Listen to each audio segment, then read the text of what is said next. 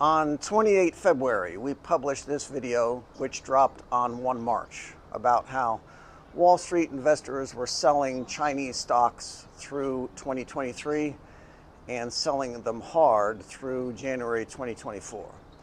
This is what's known as a capitulation trade, when investors just give up and sell out at any price that they can get. Here are some headlines from those days. October 2023, global investors abandon Chinese stocks, longest streak on record. Bloomberg, foreign investors flee Chinese shares, that's late 2023 also. The selling continued through January. Then in early February, the Chinese government instructed its state pension plans to begin buying shares. And we said in our video from February, that means that the bottom is in. The bear market was over in early February. The dumb money was out of the market, for a while anyway. It's now 1 May, 2 months later, and Wall Street is dumping money back in. Here is Bloomberg from just yesterday, longest streak of foreign buying in a year. Last week, Bloomberg again, sentiment has clearly turned. Foreign buying of Chinese stocks is at a record high. If you are buying high and selling low, you are the dumb money, because investors are supposed to be doing the opposite of that. And it is interesting how China is attracting net new foreign capital while U.S. interest rates are climbing. Investors can lend to the U.S. Treasury and get 5%, and that is sucking a lot of the dollars out of the global markets. So why are investors putting net capital flows into Chinese equities instead of into U.S. bonds? There may be a new factor at play. Consider the recent trip by the Treasury Secretary Janet Yellen. This visit was purportedly to warn China away from another China shock 2.0, whereby Chinese manufacturing sector would continue the way they have been. The implication is that the American government will not sit idly by again while China continues to take over industries.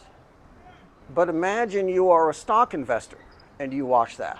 No Treasury Secretary in U.S. history has ever done such a thing, at least publicly.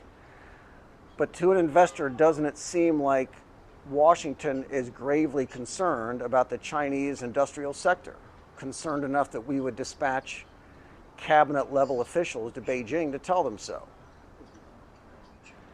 There are many channels on YouTube that promise the collapse of China sometime this decade or sometime last decade, depending on how old the channel is. But it's obvious that administration officials in Washington who see the flow of funds data, the Commerce Department reports, they know that Chinese exports are strengthening, that China's factory export is growing. Here is China's balance of trade. February 2024 came in at $125 billion. This is exports minus imports. China is earning $4 billion per day exporting to the world. What seems to have happened is that Janet Yellen saw these data and booked a plane ticket to Beijing and told her speechwriters to get busy how to get tough with China's industrial sector, while also begging them to buy our treasury bonds. Retail stock investors are the dumb money. They're always late and they're always emotional.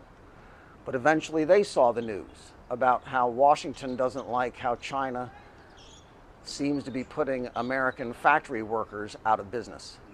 And the next day they go shopping and they look down on their shopping cart and they notice how everything they're buying still has "Made in China" written on the side of the box.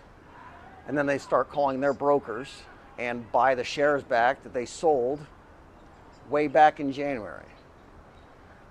That's what it feels like. What a big difference 2 months can make. Be good. To overcome for the persecution and the trials that are going to follow. Amen.